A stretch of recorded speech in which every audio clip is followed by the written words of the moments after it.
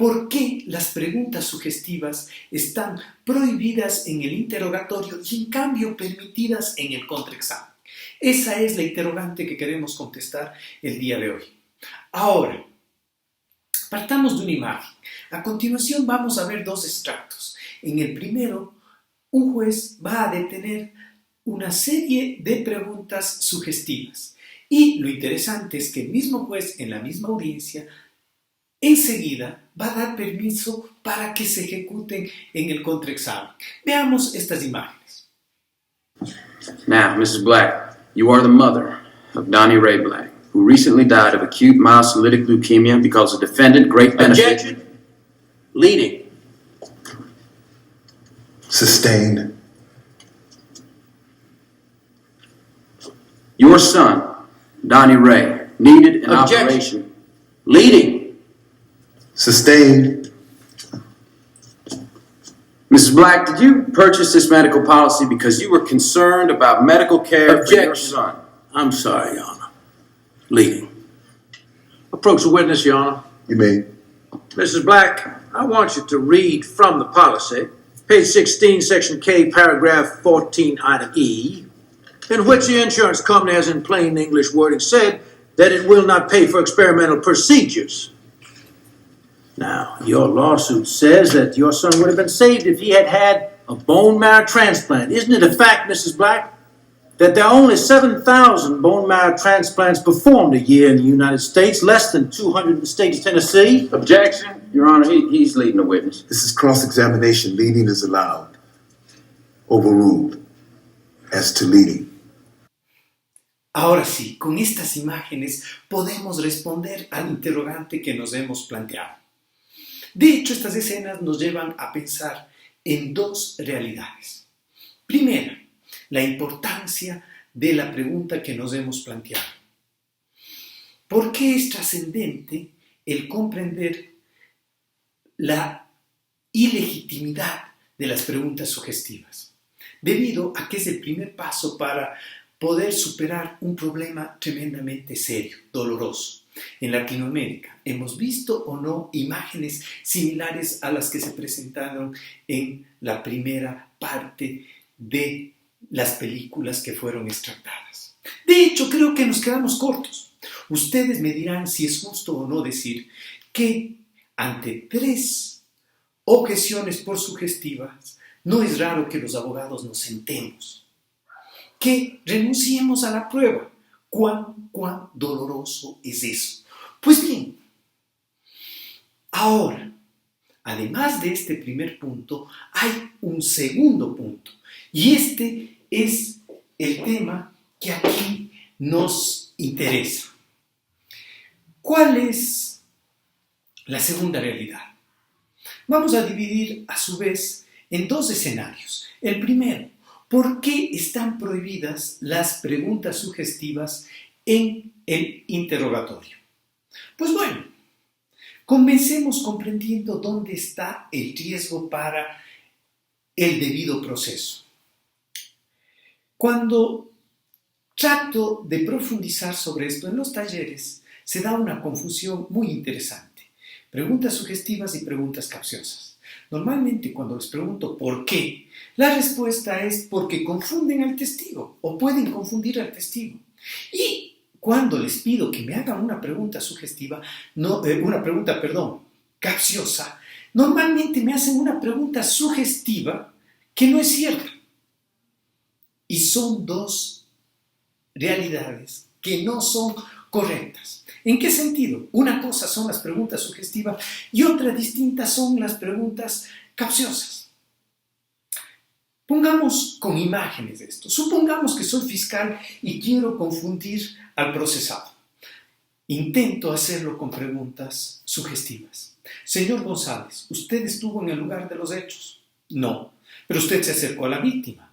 No. ¿De hecho lo hizo por atrás? No. ¿Usted tenía un cuchillo? No. ¿Usted le dijo que le entregasen el celular? No. ¿Pude confundirle al testigo? No. ¿Dónde está el problema? Las preguntas sugestivas por sí solas no confunden a nadie. Que puede haber preguntas capciosas que también son sugestivas y eso es otra cosa. Ahora, ¿cuál es el valor del debido proceso si es que no pueden confundir a nadie? Obviamente, las preguntas capciosas son un peligro.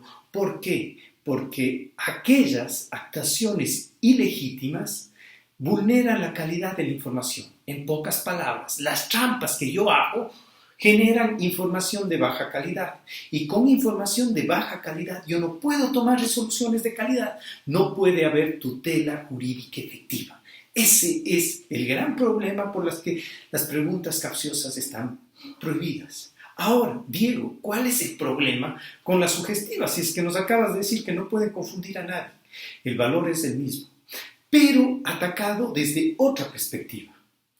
La calidad de la información no se ve vulnerada solo por aquellos manejos ilegítimos, aquellas trampas que hacemos los abogados. Además de eso, se ven vulneradas por otras aristas y en este caso concreto, la calidad de la información se puede ver afectada por la fuente. Nosotros como abogados somos fuente de baja calidad. ¿A qué nos referimos concretamente? A ver, el problema radica en que nosotros no sabemos nada sobre el caso. Hemos oído muchas cosas, chismes. Nos ha llegado chismes de unos, de otros, pero a nosotros constarnos algo no nos consta. Entonces, ¿cuál es el problema? El problema está en que esa información no debe ser dada por el abogado. Esa información debe ser dada por una fuente de calidad. En este caso, el testigo. Él sí puede contarnos lo que vio, porque él lo vivió. Y esa información sí tiene un estándar como para poder juzgar a una persona. Ok, dicho esto, entonces ustedes me dirán, bueno, Diego, pero tan abogado es el fiscal como el defensor. Tan parte es el demandante como el demandado. Y por tanto, debe haber igualdad de armas. Entonces, ¿por qué en el un caso están prohibidas las preguntas sugestivas y en el otro caso no? Ok, vamos ahora sí al meollo del análisis, la segunda realidad. Bien, este primer análisis es bastante general, acertado pero bastante general. Ahora sí, entremos al meollo del asunto. A ver, ¿qué pasa en el interrogatorio? Lo que pasa es que el interrogatorio y el contrainterrogatorio solo se entiende desde la lógica dispositiva. El día en que yo hablo con un testigo, se forja una relación. Cuando él acepta dar el testimonio para mi causa, se fortalece esa relación. El momento en que yo le preparo para la audiencia, pues, se fortalece aún más. Y de hecho, en la audiencia, ¿quién va a protegerle de las preguntas capciosas, por ejemplo, en el contraexamen? Soy yo. Entonces, esto tiene clarísimo el sistema. Los testigos no son imparciales, no. Siempre tienen su corazoncito con una parte. Eso no quiere decir que sean mentirosos, son dos cosas diferentes, por supuesto. Ahora, dicho esto, entonces se sienten identificados, hay relación de cooperación con una parte y en cambio hay relación de confrontación con otro. Cuando nos paramos a contrainterrogarnos, acercamos a los testigos con un ramo de rosas o va a haber confrontación. De hecho, el contraexamen es una herramienta del principio de contradicción. Contradicción, bronca, tensión. Ok. Si entendemos esto, entonces ahora sí podemos profundizar sobre estas preguntas. Es el único enfoque que realmente nos llega a explicar esta realidad, que obviamente desde nuestra lógica tradicional, desde el principio inquisitivo que reinaba antes, nunca la vamos a comprender. Bien, ahora, ¿cuál es el problema en el interrogatorio? Profundicemos. Habíamos dicho que la información no es de calidad porque la fuente no es de calidad.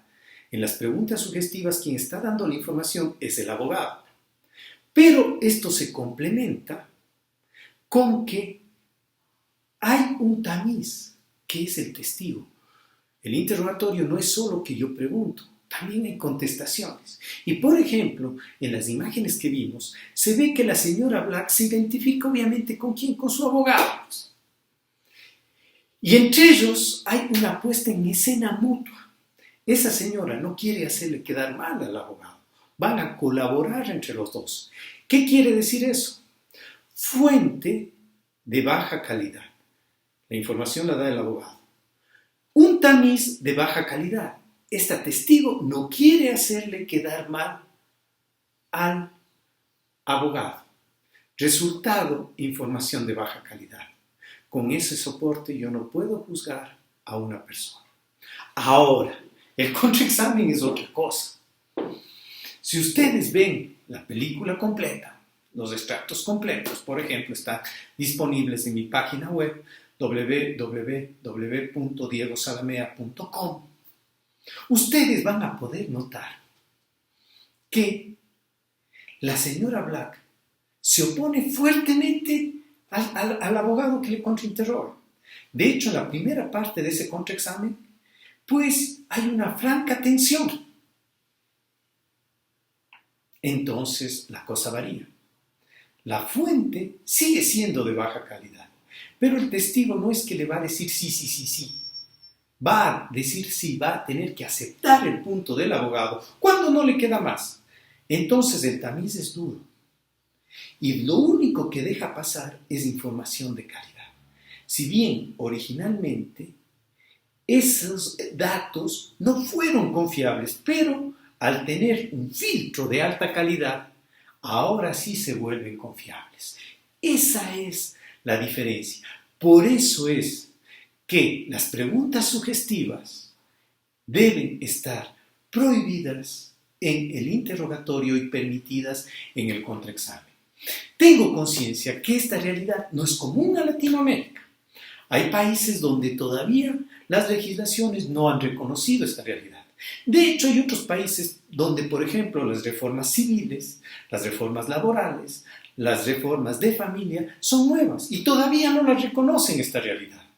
En cambio, en materia penal son ya antiguas y se ha superado esa visión de que las preguntas sugestivas deben estar prohibidas entre todos. Sí, pero esto no pasa por materias.